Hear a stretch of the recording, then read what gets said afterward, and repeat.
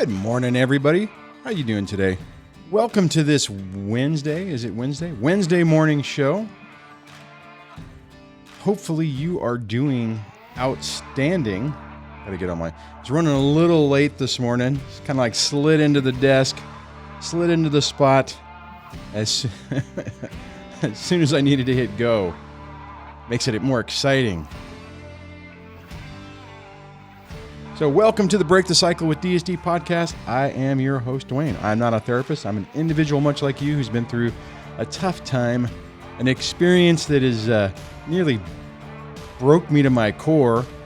And through all that, I developed some tips and techniques that I use to dig myself out of my own emotional mess that I share with you to help you do the same.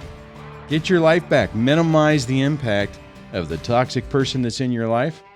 And if you have kids, to hit the refresh button and get things back on track. One thing to be careful of is throwing around diagnoses. If you strongly suspect that your ex has a personality disorder or is cluster B, be very cautious of saying that. Only a licensed professional can diagnose an individual with a personality disorder. And typically, when we start throwing those terms around without a diagnosis, it ultimately hurts your credibility. So just be careful of it. Absolutely learn about it. Learn about the patterns of behavior because that's important. Learn how to undo that and work around it or within the confines of somebody with that, but just be careful. If you like what I have going on here and you want to support it, consider becoming a channel member. You get special badges, custom emojis, your name listed in the credits, and some future upcoming member-only events. Really, it doesn't take much. There's a couple of tiers on that. Every little bit helps. I appreciate the like 30 some odd people who've decided to do that. It really means a lot, and it is incredibly helpful. If, did that notification go out today? Hopefully it did. Oh, it looks like it did. If you want to get the SMS text notification, just text DSDLIVE to 844-598-0012, 844-598-0012, and you'll be included on the list and get a text notification before we go live with the link so you don't ever miss a show. And speaking of phone numbers, the phone lines are open. You can dial in and participate in today's show by dialing 1-424-373-5483, 1424-DSD-LIVE. So on that, how are you guys doing today? This week seems to be flying by. I do need to make a couple of teeny tiny announcements. The first one is Chris Godinez is going to be here on Friday, and I'm trying to remember what our topic is. We have a good one. I'm going to give me 1 second, and I'm going to try to look that up real quick because I remember when we came up with it, we're like, oh, that's a good one. So stand by one. Let me see if I can I pull it up. There she is. Where's she at? What did we say?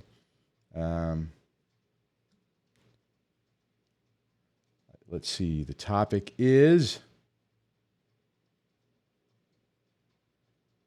It looks like it's going to be triggers.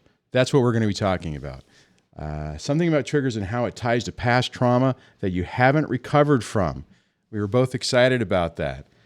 So on that, since that'll be Friday, if you guys have any questions that you would like me to ask that I can pre-queue so that if the conversation gets really going and the chat gets hard to follow, that I can have that. Put that not in, if you're watching this live, not in the live chat because I'll never see it unless you tag Debbie and she grabs it for me.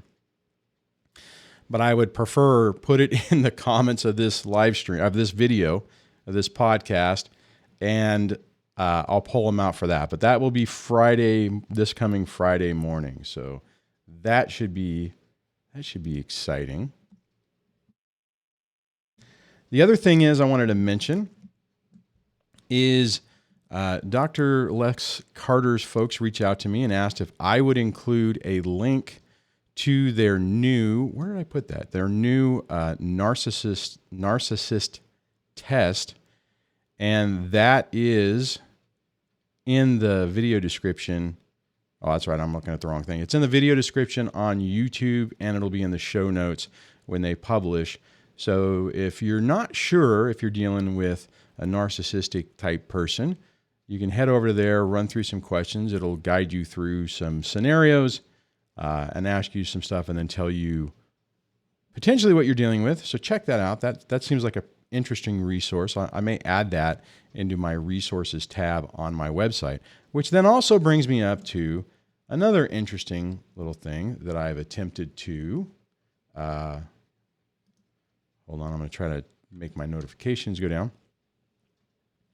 And what I ended up doing was just turn them on. That was awesome. I've been trying to make some updates to the old website. And as you can see right here, so I'm doing a little different format. I haven't figured out how to add all the stuff onto the left side that I used to have, but a little bit cleaner, a little bit better, hopefully. Still have the resources tab, so you can, the stuff that I have currently listed is still there, just packaged in a little bit different way. And for the folks that are not familiar with the podcast, you can get the show notes over on the website over at dadsurvivingdivorce.com/podcast, or up in the title.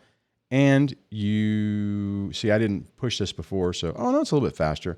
And it has all the shows up until, I thought that I was a web designer way back a few months ago, where I did something and I clobbered everything on it, and I've been having to manually add them. So the latest shows are in there, the older ones aren't. However, the older ones are still available on iTunes, Stitcher, Google Play, and all the places where you find your favorite podcast. DC says, Duane, will you have Les Carter on your show? You should invite him to talk about his new test. He's very knowledgeable. I'm in discussions on that. They seem to be interested on it. And I think anyways, so that's in the works. It would be I would enjoy having that conversation. He has a wealth of knowledge, and I definitely like his what he's doing. So yeah, maybe potentially. So wait and see. Subscribe and click the bell notifications so that you don't miss it if and when that happens. John says Les Carter is a good guy and knowledgeable. So yeah, he's got a good reputation. He's been around for quite a while. It's weird. For some reason, I have a really tough time finding things, or I used to. I'm getting better now. But I swear, a few years ago, it was actually funny. My dad, who's not really a great computer person, could find the most obscure things on the internet and YouTube. And for me, it's like I could just I could try, not the same search, obviously, but every time I would try to search for something, I did not have a tremendous amount of success. And it was kind of frustrating. All right, let's see what we got going on in the chat. Wait a minute, hold on, I see something. Let's see. Oh, Craig, Craig says, "What's up, Duane? God bless DSD. I got sole custody. Thanks for the help. I won the game." Oh, that's right. Because the last time I haven't talked to Craig in a while. And if I remember correctly, a few months ago, he had temporarily basically had primary custody. So now it's finished. Now dude, congratulations, man. Let's see. I don't know which one it is. Is it this one? Yes. All right, Craig, man. Outstanding. Good for you, buddy. Definitely glad to hear that. It's always good to hear success stories. You know, I oftentimes I think that we are our own worst enemies in a lot of this. You get so wrapped up in all the fear and the doubt. And what happens is that when you get in that mindset, you start making mistakes. You start having this situation where we almost create our own self-fulfilling prophecy. I was talking about that the other day. And I'm not saying that you make it happen, but whenever you're not in the top of your game, it's really easy to make mistakes. It's easy to not think clearly enough to make the correct moves.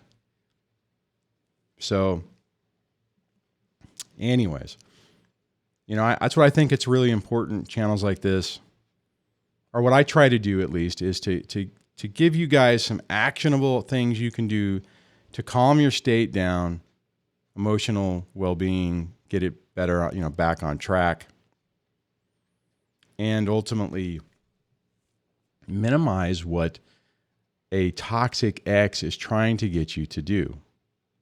So on that, I'm going to scroll back down. So I haven't asked this in a while. So for the folks that are early, see, this will be an early thing. Where's everybody from? I know we have people from all over the world. I see a lot of regulars, but if you guys can just put, you don't have to put super detail. Just like if you want to put state, country. You don't have to put city or anything like that.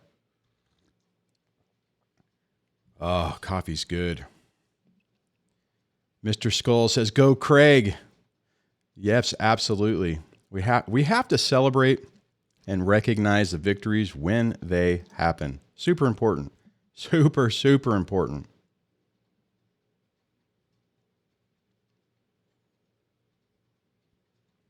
Hold on, see moderator Debbie grabbed a question that I didn't see, so let me see if I can find it. Okay, here it is.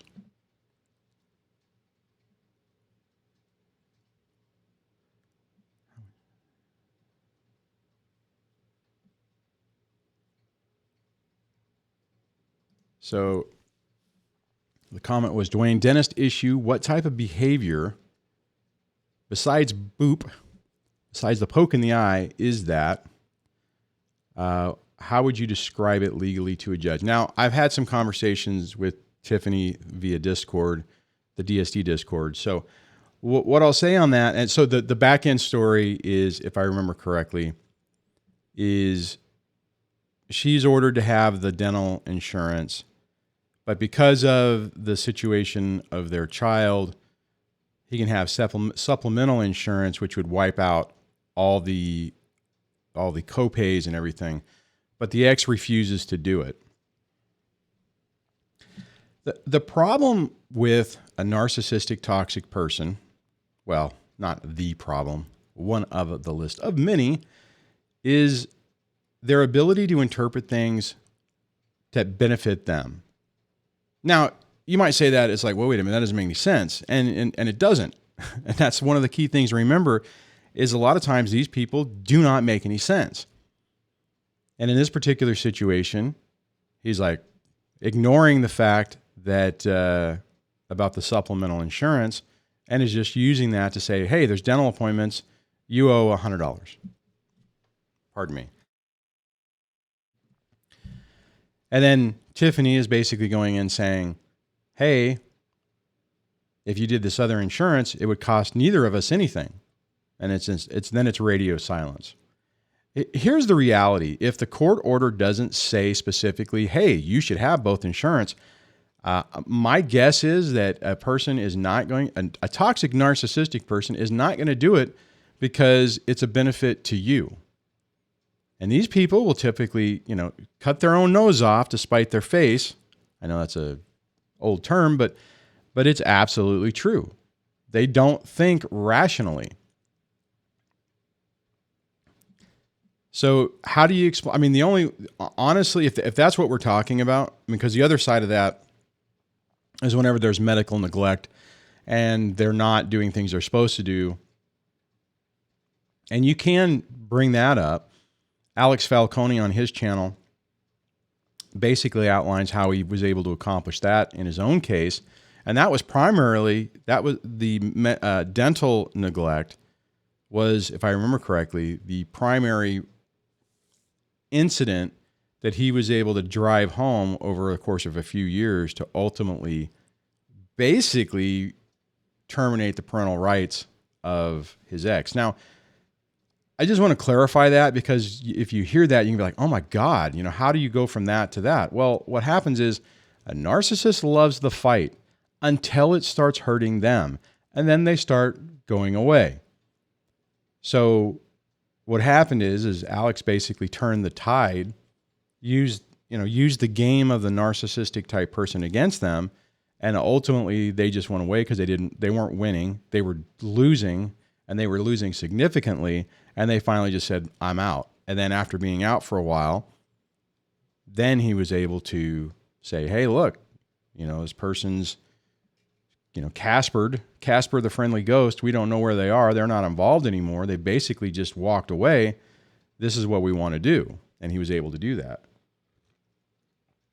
And it's been a while since I've talked to him on this story, so I may have overly simplified that. So hopefully, Tiffany, that answered your question. Tiffany says DST really needs a location map. I was watching this other YouTuber who's a programmer, which I don't have. I used to have those skills, but I don't. And he actually has a thing that processes the comments. So when he says, where is everyone at? It literally maps it on a map in real time. So when people say California, boop, a little dot pops up. I hope he makes that available, because wouldn't that be kind of cool just to have that and have that pop up? So, you know what? And Tiffany does make another comment, says, press that like button. I just want to pause for a moment and say this. The best way that you can support the channel is subscribe, ring the bell notification, like the videos when the videos are published, make comments. I mean, even if it's like, thanks for the video or whatever, that type of engagement that really helps the YouTube algorithm.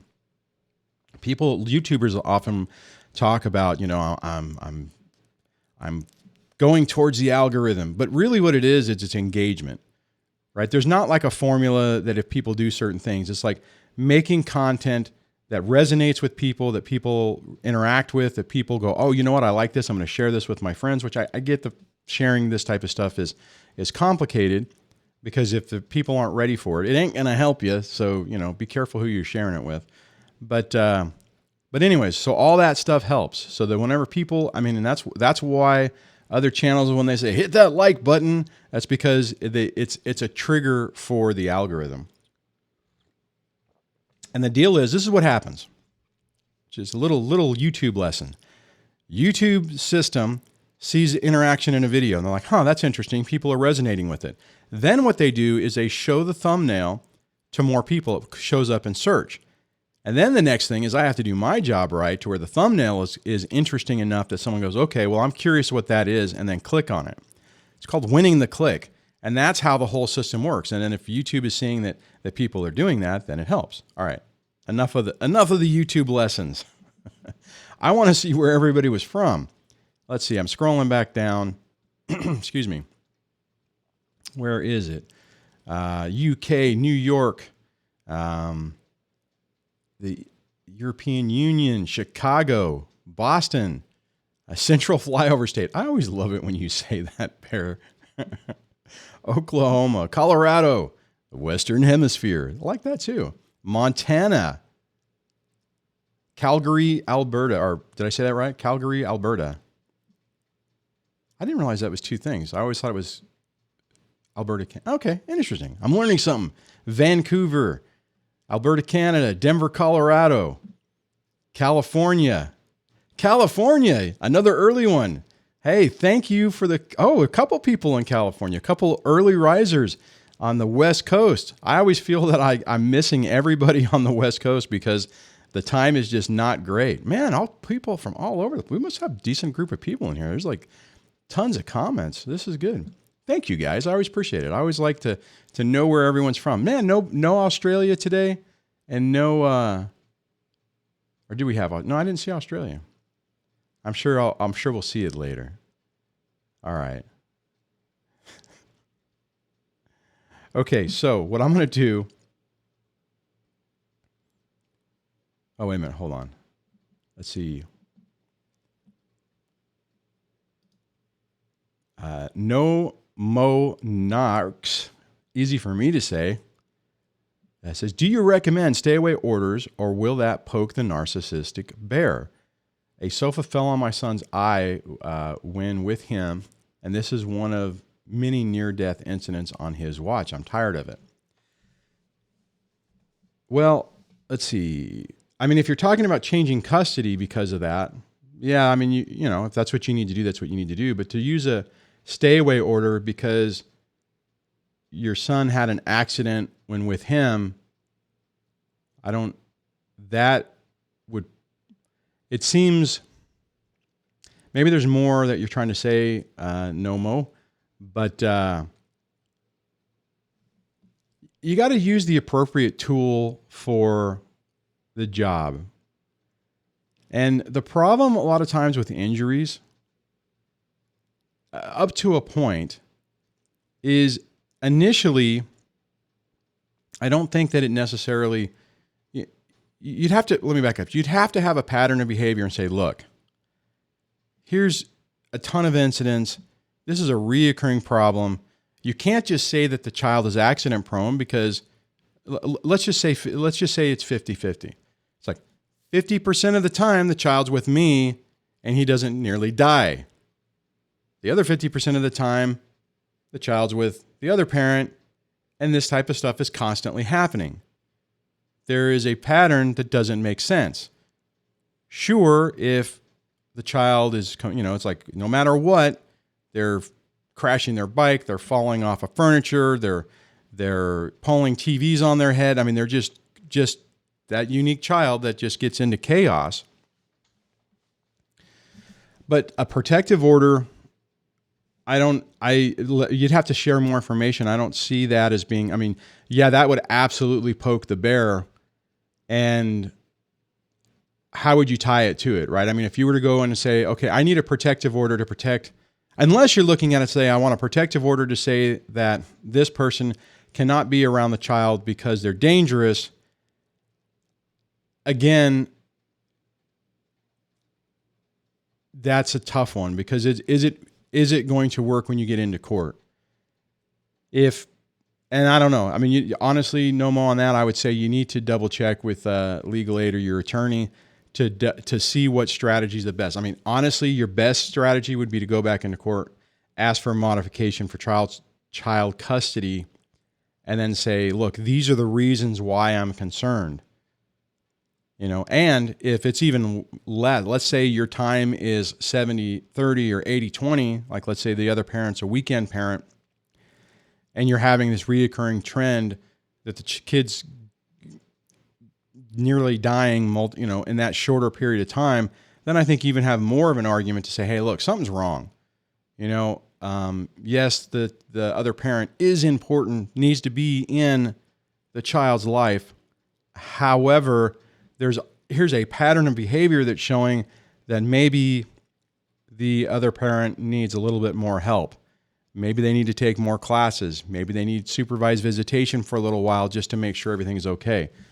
Going straight to a protective order, I'm not sure what, I don't know. Again, I'm not an attorney, so that's just my thoughts on that. So take it for what it is. Validate with someone more knowledgeable in that particular area to make sure you do it the best way possible.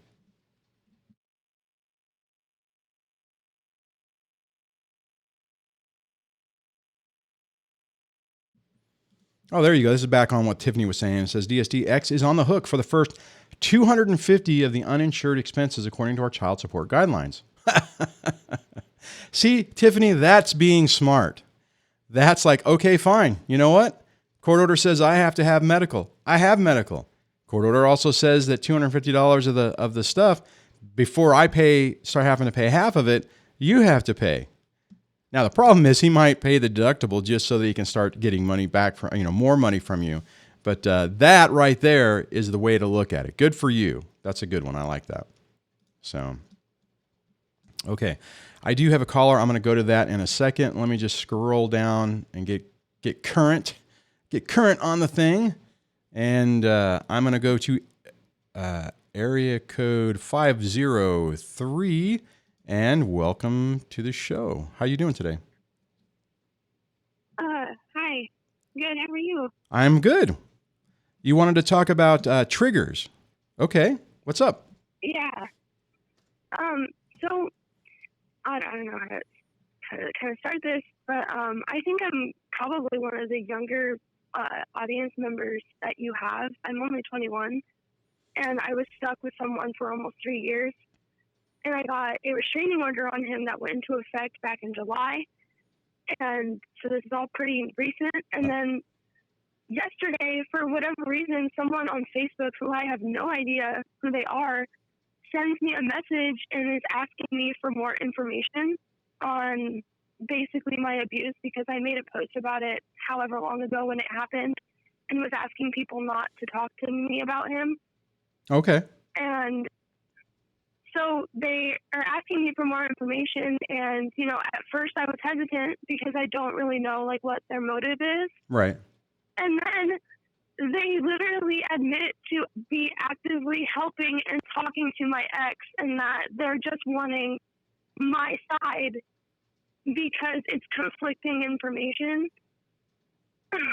And it just threw me into the biggest panic attack, because all I saw was my ex just trying to communicate to me. Yeah. Because he's been watching, like, my social media stories on blocked accounts, and I can't see the name and I can't prove that it's him. But who else wouldn't want them to know that they're watching me? Oh, exactly. It doesn't make any sense. Exactly. And I feel like I'm going freaking crazy because everyone else is, like, saying that I'm overreacting or that I'm just paranoid. And I don't know.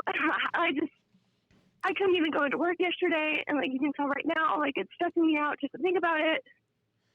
What you know, okay, like, let me just say this right off the bat. Everything you're feeling is absolutely normal, whether you're 21 years old or whether you're 45 years old when you've been in a toxic relationship.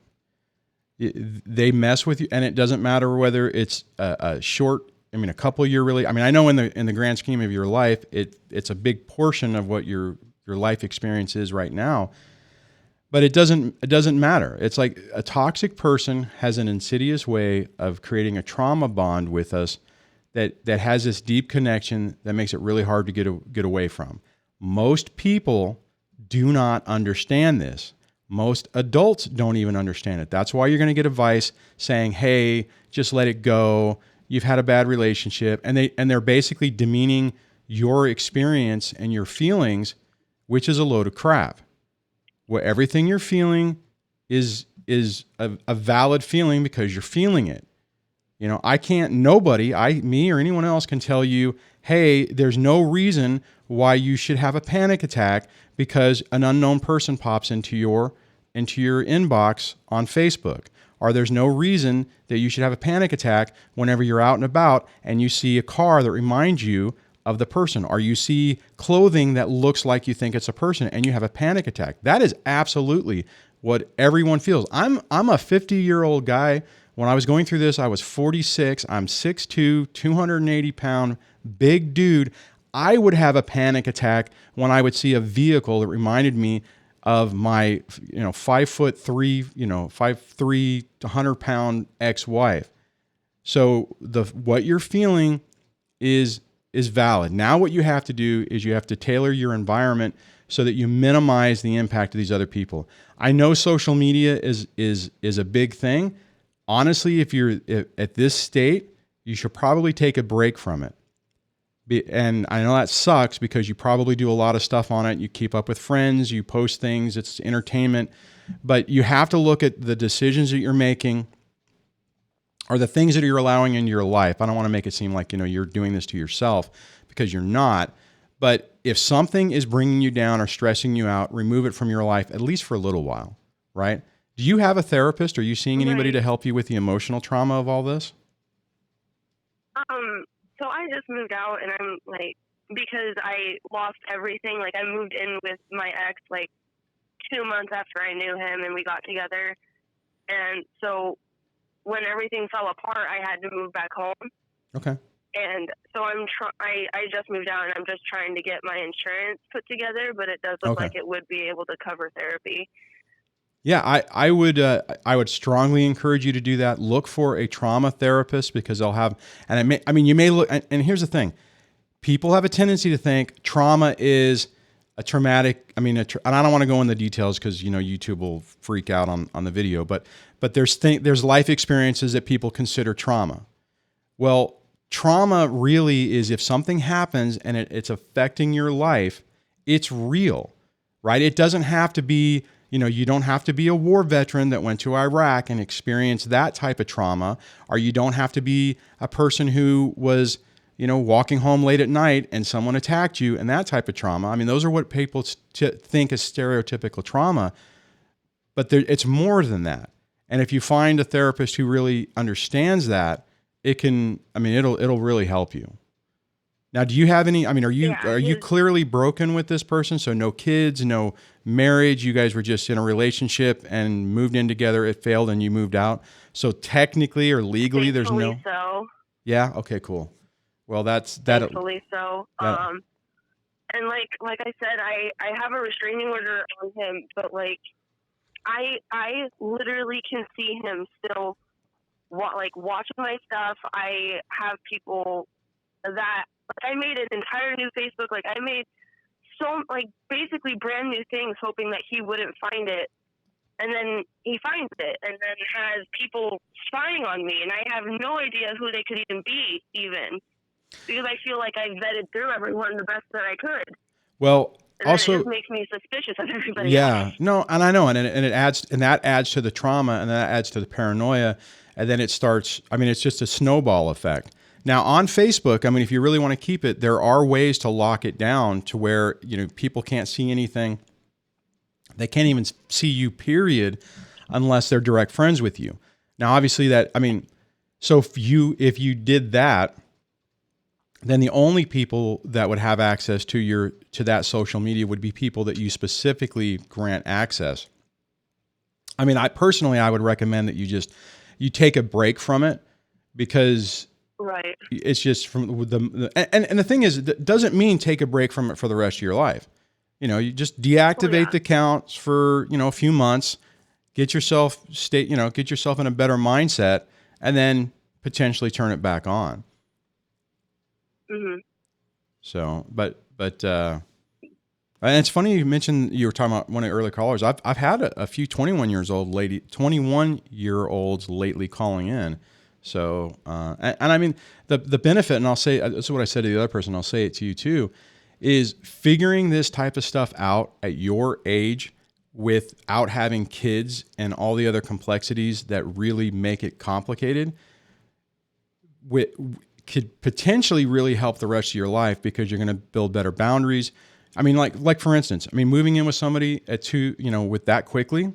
I mean, and just to be clear, I met my wife when I was 19 years old. We were married within 6 months, and that included me going off into the Air Force. So we only dated for a couple of months. I was away from her and we were married. I mean, in retrospect, one of the silliest, stupidest things I could have ever done, but at 19 years old, it made sense.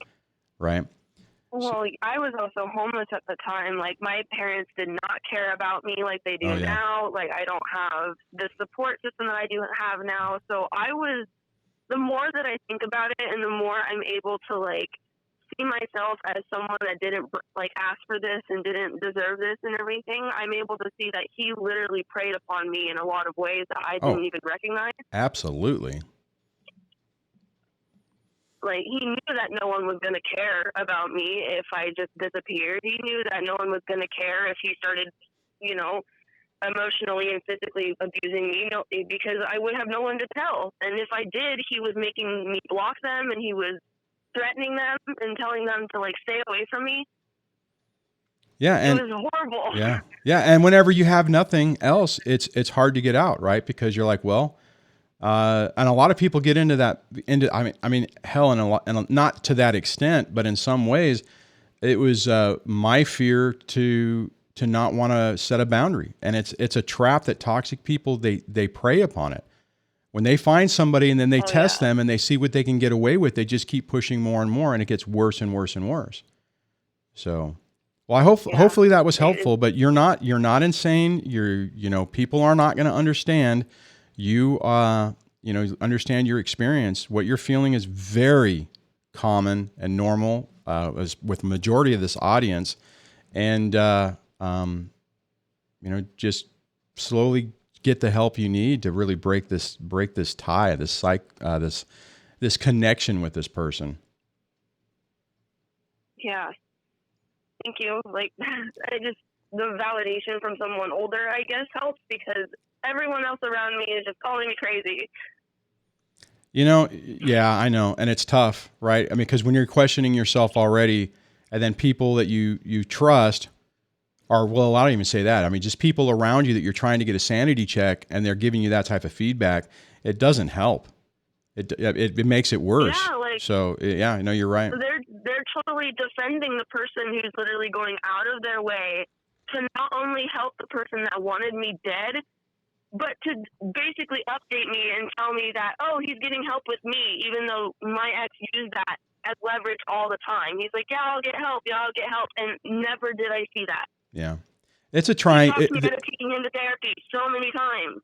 It's a standard triangulation move to bring another person in to use them as a proxy to continually abuse someone else. And that's common too, right? I mean, what I mean is what you just said. For a situation to be a certain way, you break free, and then there's constantly these. It's basically called a hoover, where they're kind of hoovering around trying to keep you thinking about them, even if they're not doing it directly. I mean, with the restraining order, he legally can't. So exactly, exactly. And then what he's using is this other person is, it's like, well, I'm not doing it on behest. I'm just, this person is a human being that needs help, and I'm trying to get, the better information so I can help. So now just stay away. Here's the deal. That's exactly it. Cut those people out of your life, and be very cautious who you allow in right now. You need to spend time focusing on building, emotionally healing from your experience. Again, when you get your insurance going, find a therapist. If you make decent enough money and you don't have to do insurance, and the reason I say that is because a company called BetterHelp.com does online therapy. It's a little pricey, but you get to have video conference, like weekly calls with the therapist, and text, basically offline communication as well. So it's probably more expensive than a therapist under insurance, but if you can cover it, it's like $150, depending. A lot of times they'll do, you can ask for financial aid, and it can get down, below the normal price. I think the normal price is like maybe $205 a month. But I mean, there's a bunch of different options. I would encourage you to do it. I mean, use this time in your life to really learn from this experience. And I'm telling you, you figure this out, your life is going to go a completely different direction in a positive way. The lesson that you're learning right now is painful, but it's life-changing in the way that it can improve your life in ways you couldn't even imagine. Well, it'll probably save my life, because, I don't know love without abuse, and I recognize that. And so I have to get over that. And if I don't, I'm just going to keep inviting the same person over and over and over, just in different bodies. Yeah. The last thing I just want to leave you with before we finish this up is, don't get into another relationship right now. If you're already recognizing that just take a break. And it's hard, and you're going to have your friends who are going to say, hey, you just need to go out and have some fun. You just need to go find a cute guy. Don't listen to them. Listen to yourself. Yeah. Get yourself healed. Get yourself in a good space, because that's when you're in a space to where you can recognize toxic people. And even if they sneak in, you'll recognize the behavior and say, wow, this guy who I met, a couple of weeks ago was one guy, and this, I'm starting to see traits that are bad. And you don't go back to I'm used to abuse, emotional, physical, whatever the thing is. That's my comfort zone. So I don't like it, but it's okay. You need to be like, no, I recognize that. Right. That isn't happening. I'm done. We're done. And that's the key. All right. Hey, thank you so much for calling and sharing your story. Yeah, I think you're on your way. Thank you so much for letting me. Absolutely. And thank you so much for everything that you do. Like, I'm sure you hear it all the time, but it really does help other people. Well, thanks. Thank you for saying that. I appreciate it. Well, have a good rest of your day. Yeah, you too. So how do we get to the trend where we're catching younger people, which is phenomenal? This is exactly what I've been hoping for, is to catch people early on this. I mean, obviously the last couple of days we've had people who have gone through, bad experiences. So they're still, we're not getting to people before that. However, this is great. I mean, I know we all can feel the pain and the fear and the just anguish in her voice. And I would say probably most of us on the show right now, or watching or listening on the replay, can empathize with it because we've been there to some extent.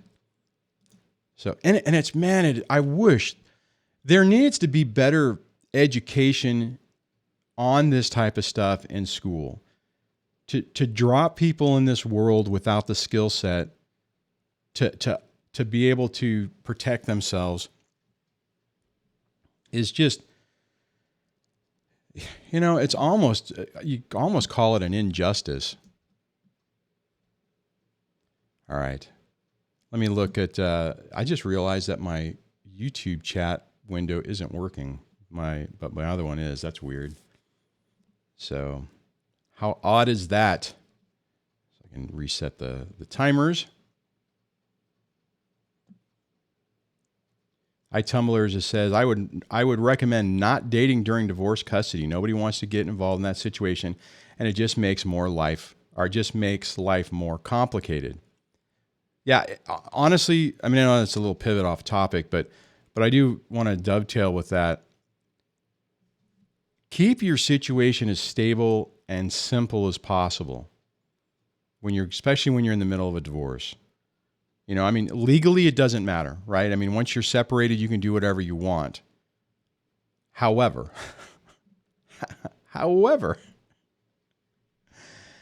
you don't want to just add in extra drama and another person that now needs to be evaluated, another person that they could turn around and say, well, right in there saying that in the court order, the kids cannot be around Julie, or they can't be around Philip. I do want to grab this other comment that iTumbler said. It says, Duane, I've almost finished up The Alchemist. Good book. Guys, I'm not a big reader. Okay. I am, it's not something that I generally do. The one book in my life that had a profound effect on me was The Alchemist by Paulo, I can't even say his name. It's a story about a sheep herder a bazillion years ago who goes on a life journey and accomplishes a lot of stuff. And I really, really, really enjoyed that book. I'm going to turn the comment off. If you guys like to read him, you never heard about it, I would encourage you to take a gander at that, because I think you might appreciate it. All right. I see. Okay, so I'm trying to juggle everything going on. So let me check the comments real quick.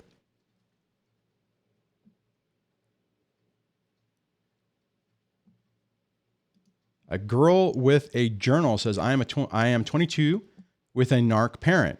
I think it's through the internet that a lot of people realize that the other people have been through the exact same thing, and it's not their fault.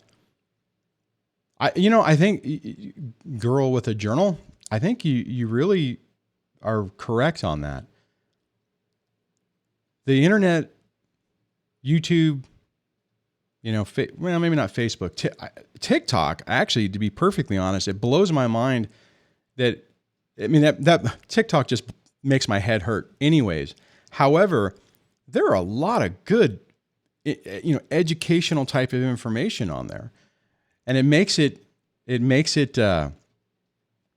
more easy or more accessible for people to find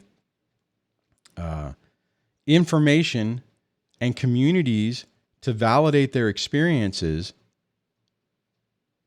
And it's incredible. I mean, me being an older gentleman, that this wasn't necessarily available. I mean, when I was in high school, We had dial-up bulletin boards. There were ways to get information on the internet, but it was like you had to have a real interest in computers and technology to get to that. It wasn't, it's not like nowadays where you grab your phone and you're able to just, literally ask your phone a question and have it give you the answer. So I do have another caller, and I see we're running out of time, so I'm going to go to this area code area code 845. Hello and welcome to the show. Hey, Duane, what's going on? Matt from New York. How are you? Hey, Matt, how are you doing? I haven't talked to you in a while. How are things going? All right. This weekend was a really rough weekend. Just a lot of, if you want to call it emotional abuse, stuff like that. But that's beside the point. Really, I want to talk about entertaining the idea of settling with these people. Long story short, me and my wife were in negotiations. She abandoned the negotiations and filed. So for the first time, I went on I use custodyexchange.com. It's a good website, it's a good tool for making parenting plans, schedules, journals, that kind of thing. So I put her last offer in, ran the numbers, made a calendar based on that, and it comes up to about 41, maybe almost 42% parenting time. For me, 58, 59% for her. As you know, I want ideally 50-50. Right. So I guess seeing that, it was like, is it maybe not worth it? I don't know. Yeah, no one can answer that question, but and again, apparently New York is tough. Not only have I heard that from everyone else, even my attorney said that New York, they're not going to award joint custody. If it goes to litigation, it's going to be one or the other. And at the same time, the courts are reluctant to take custody away from the mother, just because it's not right, but they just are. Because literally my attorney said there's a stigma around mothers without custody, and they're reluctant to do it. So it kind of puts it bad enough. I don't think she's bad enough. Yes, she's abusive to me, which isn't really here or there. Right, yeah. She has weaponized our son. She's, withheld our son from his grandparents because she was displeased with him. She has withheld me from putting him to bed at night to punish me. She's done these things. But at the end of the day, she gets into the doctor, she gets his haircut, she gets his clothes, she does all the things that you have to do. We both are fine, capable of that. I feel like there's a chance that we're both fit and loving. It might turn into just throwing mud at each other where, look what she does to me, look what she does. And she's going to say, well, look at all that I do. Right. And not to mention, whatever. Matt's, maybe he's irresponsible. He can't, who knows what she'll say. Right. But I don't know. So this is the first time, I said, what if I did it? Now, let me tell you, and this is what I mean, like, and again, you can't tell me, yes or no, but you could give me a background. This is what she offered. I wanted 50-50 times. Mm-hmm. Last time we went through this, and basically what she offered is, every other weekend, Wednesday overnight, carving up final decision making. So, and that's another thing. The courts will not do that themselves.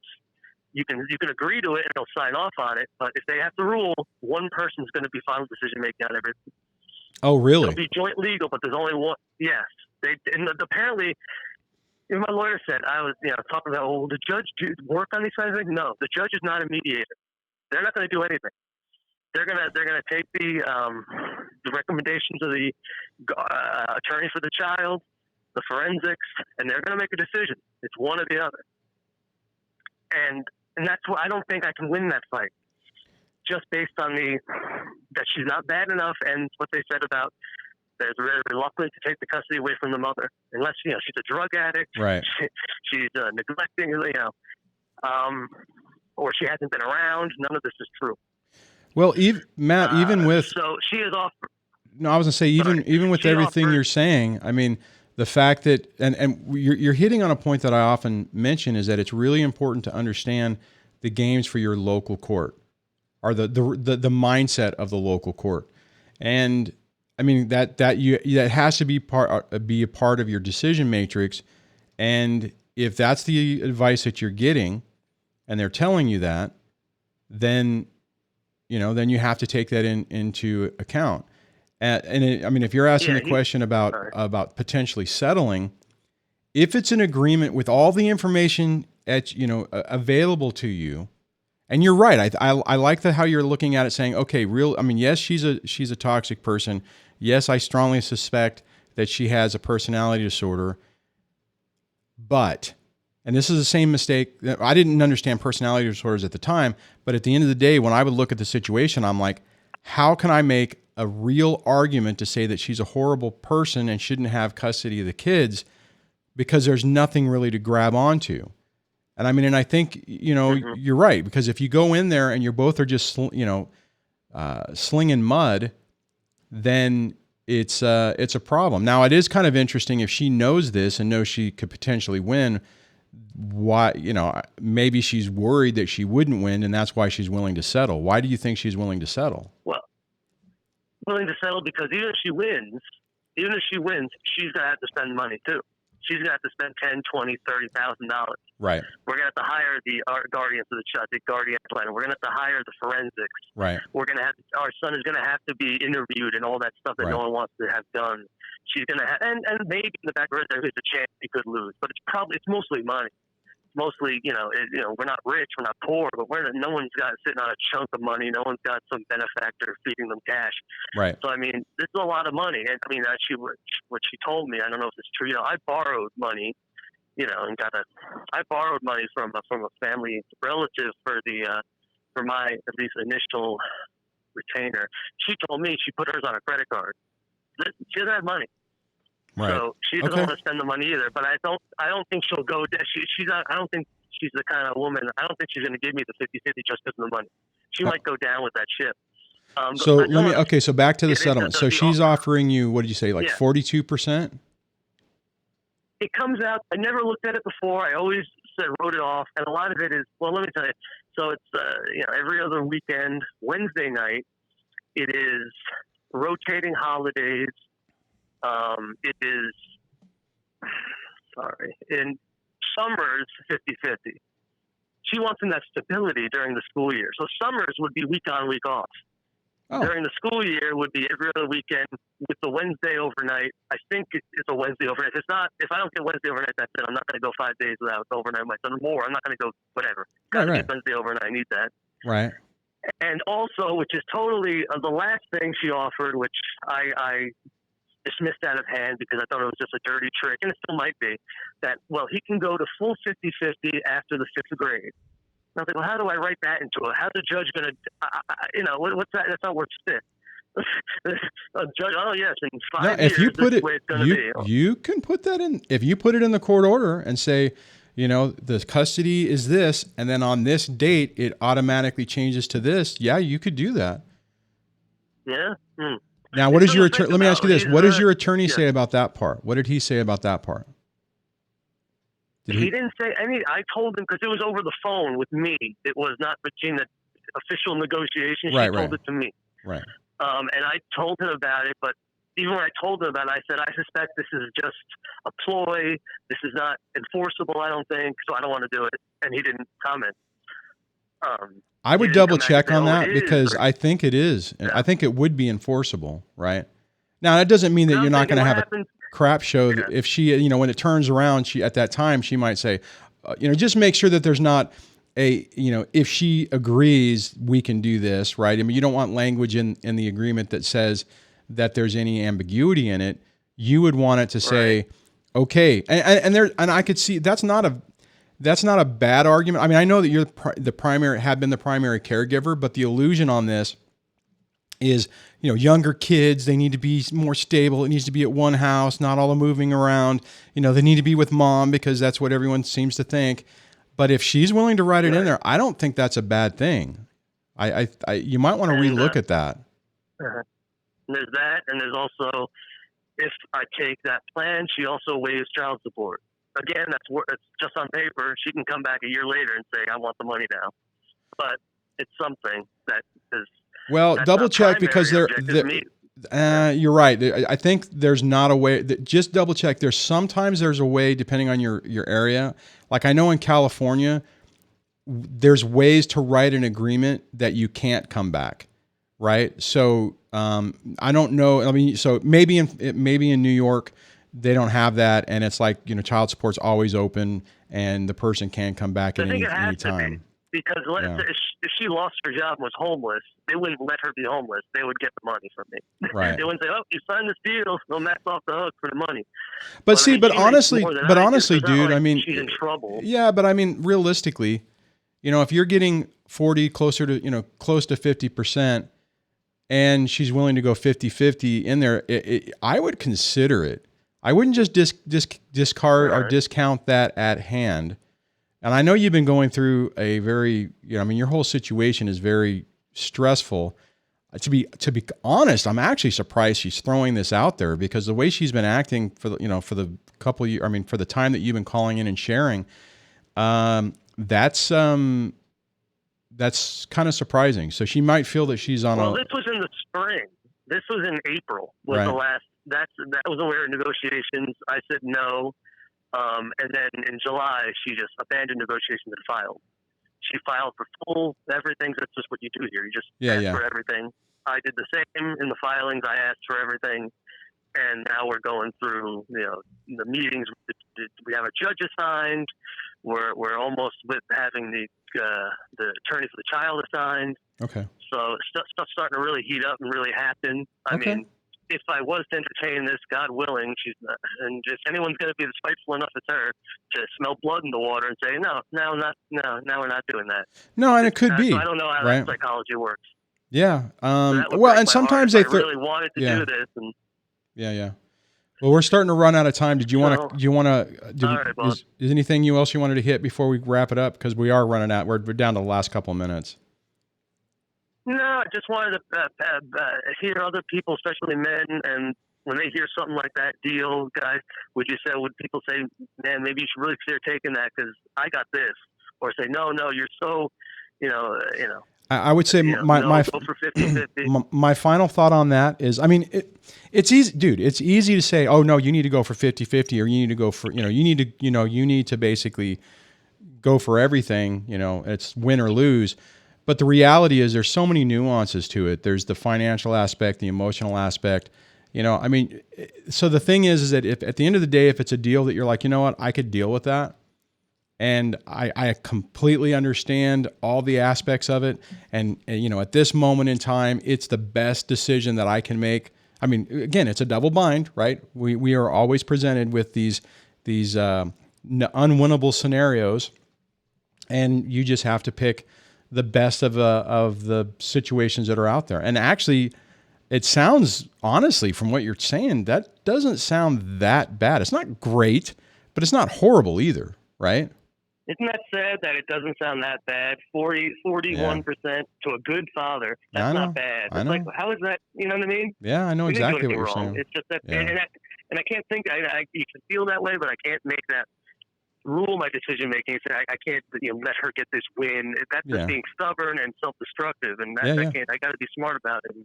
Exactly. So I just wanted to help read what the live chat has to say, if any commentary on that. But all right. Feels like giving in, but maybe it's not. Yeah. Thanks for calling, man. All right, man. Thanks, Duane. Talk to you later. Yeah, we're down to the last minute. It's tough. It's funny. It's also funny that, my ex never played that game. It was the settlement on her mind was, I'm the primary person. I have, sole, I get to leave the state, and, you'll have a couple of weeks in the summer. It was like 80-20. It was like, well, you can be a weekend dad. That's it. I guess maybe I'm lucky because she didn't play the game to where it would, to throw something out to that, because I probably would have taken it, to be honest. So on that, man, this hour flew by. Remember, take a deep breath. Don't let this stuff completely wear you down. Last thing I want to say is thank you to the channel members who help make this happen.